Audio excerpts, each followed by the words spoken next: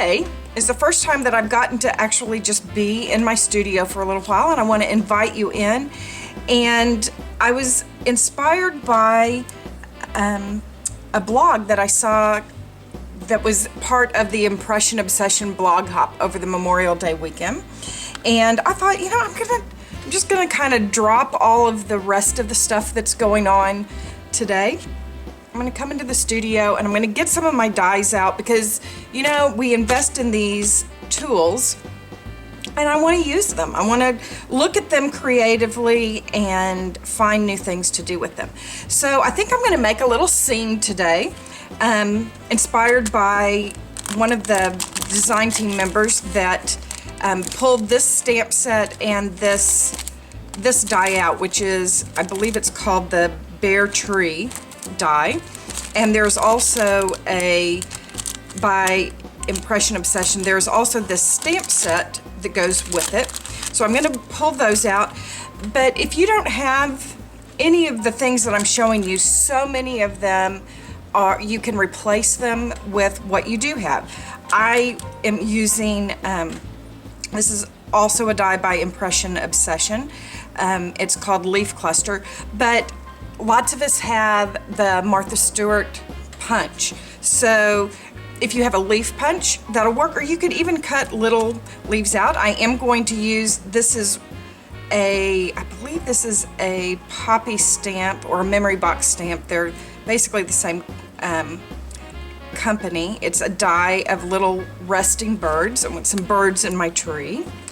And I've also pulled out this Poppy Stamps die that is Breezy Wreath, just because I like that it has some different size little leaves in it. And I've pulled out this flower mound because Memorial Day marks the beginning of summer, and I haven't really gotten to do very many spring cards. So I decided that I would get this flower mound out. I want to do like some redbud trees, or my tree, I think I'm going to turn it into a redbud tree, which is one of my favorite flowering trees for spring. And then the other thing that I'm playing around with, I don't know if we will end up with it or not, but you can see I'm at the beginning now. Nothing has been created. I was playing around with this Movers and Shapers die by Tim Holtz. It's called the Postage Stamp Frame. And he also has these additional little pieces that you actually can take the postage stamp. It's one of those that has the center out. It's a mover and shaper, and you can put various and sundry shapes down inside of it. And so I ended up with this frame, and I think what I'm going to do is turn this into a postage stamp scene. At least that's the thought now. We'll see where I end up. I'm going to do my regular, just tape the process and then come back and edit it when I am done, so that you don't have to live through moment by moment everything that I do. I'll speed it up and do a little edited narration for you.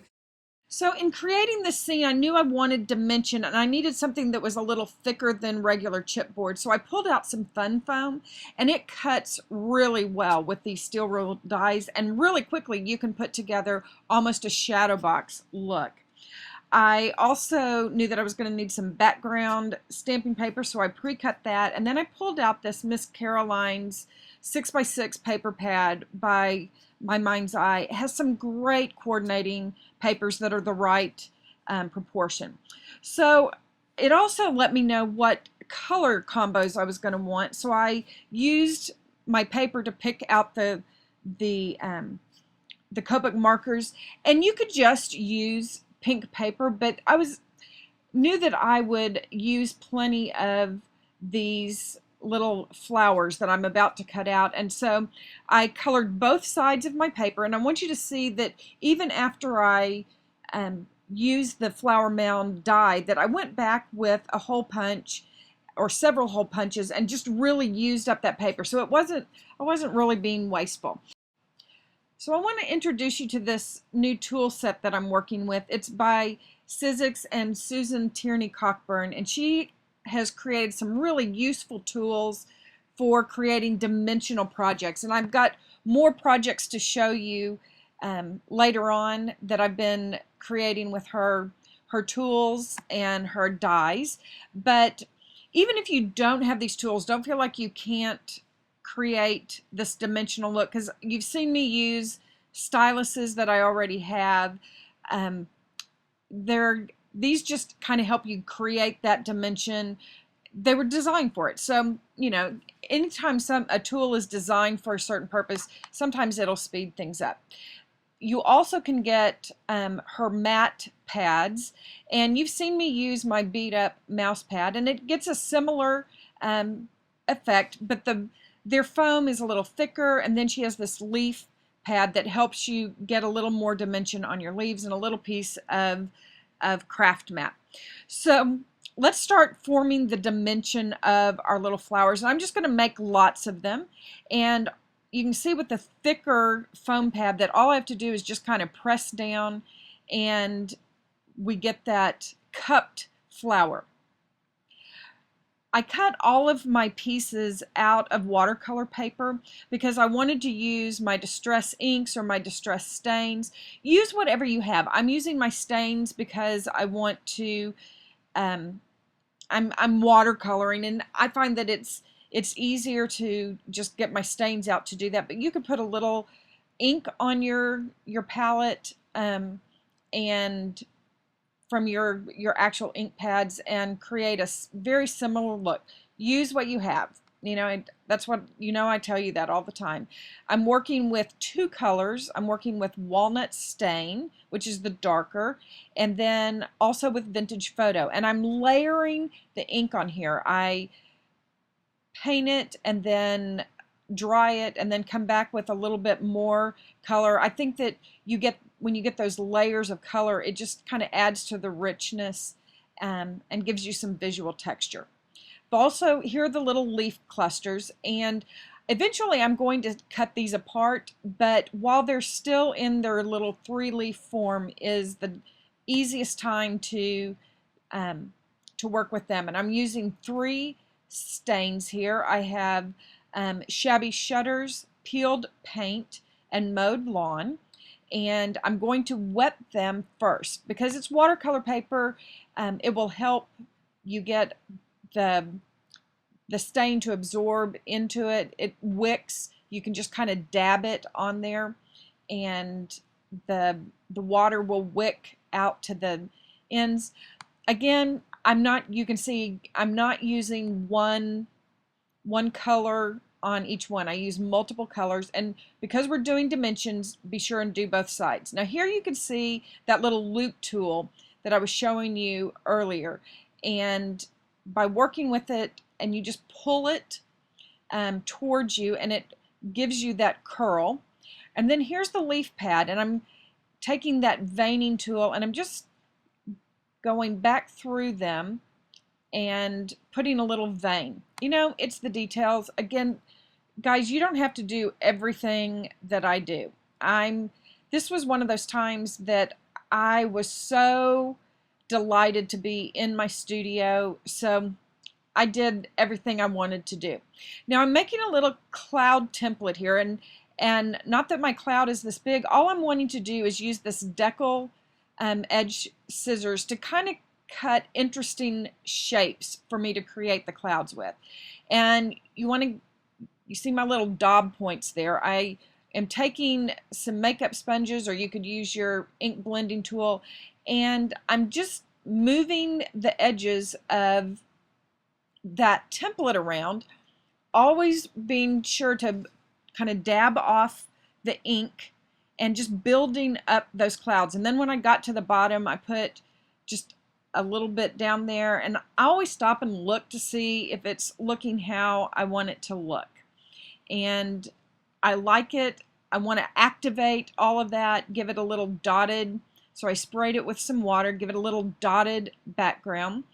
And now I'm going to stamp the tree, and this is just for positioning. I'm going to stamp also using the tire swing here, and it was not dark enough, so I went back in with my distress markers and kind of colored it in once I got that.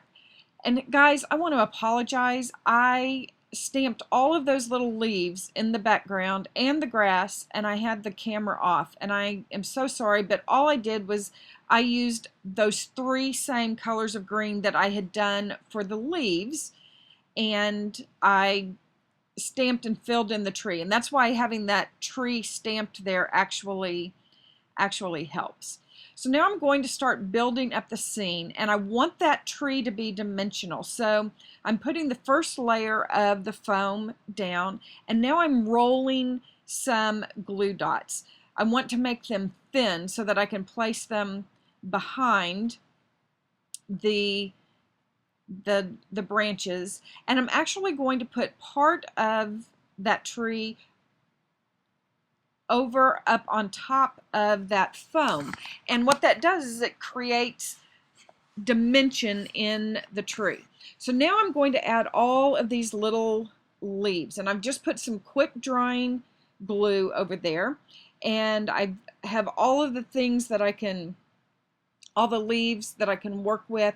They're different sizes, and I can just pick them up with the tweezers, put a touch of this quick drying glue, and then just begin to add them. And you just kind of have to play around with it. And you can see here that I put, because I filled in the background with the stamped leaves, that these real leaves now just kind of give it a fuller look. And I've come in close so you can kind of see that that really thick glue actually, well, it sticks and holds pretty easily. So now I'm just going to add some of my flowers. This is where my red bud tree comes into, and again, if you don't have that flower mound, you could punch circles with a circle punch, you know, one of your little hole punches. I like the variegated color that I got by using my Copics. It matches the paper that I'm going to use, and I don't know if you can see in the background. Again, guys, I'm so sorry that I did not tape this part, but you can see that I've stamped the leaves, and then I've used those same Copic markers just to dot a few dots of that color in the background. It just gives a more cohesive look to it. I also did my little resting birds. Again, I am so out of practice, guys. I thought I had the camera running when I was coloring these little birds, but I did not. But I just think they add a really sweet little detail to this scene. And I'm using 3 of them because visual triangle 3s. And somebody would have to look pretty closely to see those birds, but you know, I think it's a nice touch. Now, to create the illusion of a postage stamp, I actually cut 2 pieces of the white and then a piece from the pattern paper and trimmed off the outside edge of the pattern paper, so it actually gives you that white postage stamp edge look. So I've added my second layer of the foam, and now because I want it to stick really well, I put that terrifically tacky tape. At this point, I decided that it would really be better to do this card as an easel card. So I did a half of an 8.5 by 11, scored it at 5.5 inches, and then scored it at 2.25 inches. So that extra score actually gives you the place that you can create the easel. And I took a couple of pieces of paper from that 6x6 pad, knowing that they would coordinate, and I put them back to back. You want it to be pretty sturdy. Our frame is a little heavier than most elements you would put on top. Here's the key. Only put your adhesive on the bottom half of that front scored panel. That allows the background to sit up and give you that easel. So I'm also putting some Score Pal tape on there. This is, again, just wanting to make sure it's good and steady. And I turned it a little sideways just to give it a little bit of visual interest. I created my sentiment by going to my physical typewriter. I love working with my old typewriter. And I'm just doing some little flag ends on it. If you will cut the center snip and then meet the edges in the middle, that actually will give you a nice little fishtail that looks, without having to get a die or a punch out. You can make it whatever length you need it to be. And I decided I was looking at those enamel dots, and then I decided, you know, it would look better to actually take some of those leaves, and you can see that I've kind of put them in a little tin. I'm going to probably be using those little flowers and those leaves a lot in the next few projects. So, you know, just make a bunch while you have them out. And I decided I needed a little bit smaller one. I love that variety. And I'm just going to do a little grouping of 3 right there. Now for the inside, the key to an easel card is giving a little bit of dimension to an element here at the bottom, and that is what allows your easel to rest and kind of stop sliding. So to begin with, I just put a little bit of crocheted lace down, taking a couple of scraps from the paper pad that I had used to create the front. Again, you know, just giving it a visual connection point. I'm using some dimensionals, and I think I even used the edge strips on that. And now here's the second half to my sentiment, and I made the little flag again and wanted to have some leaves, again tying it all together. This is one of those cards, it was so fun just working with all of these fun different dies, creating something that is pretty. I know it's lots of steps and I wouldn't do it all the time, but you know, I've been gone, and it was so fun just to be in the studio playing with my tools and being creative and letting myself go wherever the creative muse took me. And I really like what I ended up with. I'm kind of in this dimensional mode, so I know I'll be back to share some more projects with this. I appreciate you coming and hanging out with me, and I hope that even if you don't want to make a card or a project that has this many steps to it, that there may have been 2 or 3 techniques that I used in there. I appreciate you watching. I hope you save some time for creative play and come back and visit me again. I have some more things to share with you soon.